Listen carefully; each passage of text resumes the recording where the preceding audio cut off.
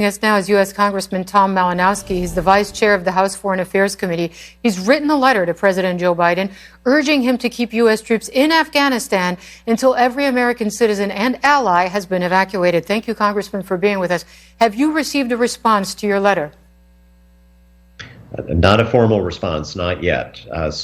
Right now, the official policy is that this mission ends on August 31st. That's the order that the president gave before Kabul fell, and the Pentagon is bound to follow that order unless it's revised. I think it's pretty clear that there's just no way humanly possible that we're going to be able to keep the promise that President Biden made to all of these good people in 2 weeks. It's just logistically impossible, not to mention the difficulty of getting the situation at these airport gates under control. So if we mean it, we have to stay as long as it takes. Our Clarissa Ward on the ground spoke to Afghans outside the airport who showed her their green cards, who showed her the documents that they were required to present to authorities in order to make it on flights. And they have said that the Taliban are not allowing them into the airport. I just want our viewers there and also you to hear this one clip with a man who showed his green card on his phone to the camera. You have a green card? Yeah, see, this is my green card. This is your green card. He's showing me a picture right now of his green card. That's his green card. So did you try to get in to the airport? Yeah, I did. But and what did the Taliban say? Like the Taliban say, we don't know, just go. We don't want to try to let you in. And like they say, we don't have flights and we don't have anything. They don't have flights. Yeah, okay. they just. Congressman, what is America's responsibility toward men like that who have the paperwork but can't make it to the airport itself? We have a moral responsibility to not leave folks like that behind. And, you know, that person had a green card, right? We're also talking about Afghans who helped our troops. We're talking about women's rights leaders, human rights leaders, journalists, people who might be targeted by the Taliban. And President Biden has said that we are going to endeavor to evacuate all of these people. And that has to be operationalized right now.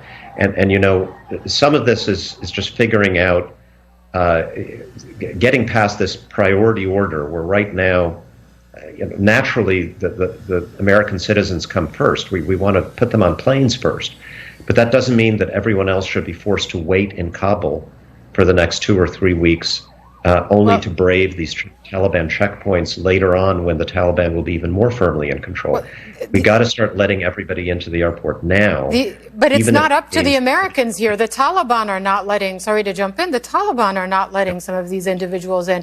So what consequences then should there be for the Taliban? Because we understand there is some cooperation, some discussion going on between U.S. military commanders inside the airport and Taliban commanders outside the airport. Look, we control the airport to some extent. The Taliban control everything else, and that's a limiting factor. We're not going to take back control of Kabul in order to do this evacuation.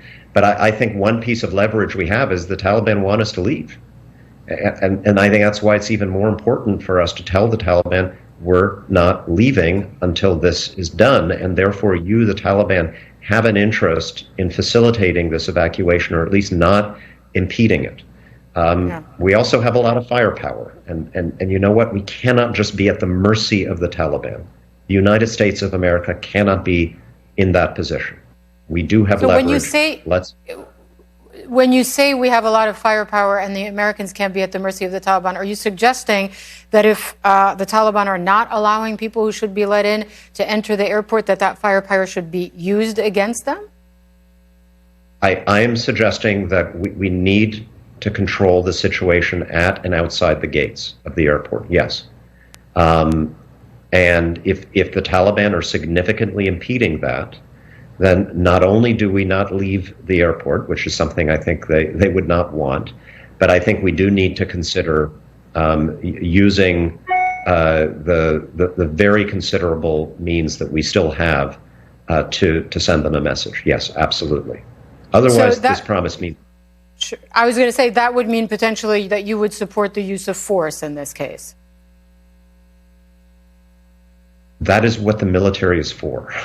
That is why this is a military mission. And look, I get that President Biden wanted to pull us out. We now have more troops in Afghanistan at greater risk than we had before the pullout. And you know, I don't like it. I'm sure he doesn't like it, but it is a consequence of the way in which this was done and a consequence of the fact that we made a promise that now needs to be kept. All right, and a last one. Are you able to estimate how many people we're talking about here who might still be stranded and in need of America's help to evacuate? I don't think anybody has an exact number. Probably in the tens of thousands. I do know that while imperfect, the State Department does have lists of people in all of these categories. Certainly, SIV applicants. Certainly, leading civil society leaders in Afghanistan who might be threatened. We know who these folks are. We know their phone numbers. We can identify them even if they don't necessarily have all their documents with them at the airport. There are ways to do this. Tom Malinowski, thank you so much, the Vice Chair of the Foreign Affairs Committee. Congressman, thanks for being with us. And it'd be interesting to see if you do get that formal response to the letter that you sent the president. Thank you.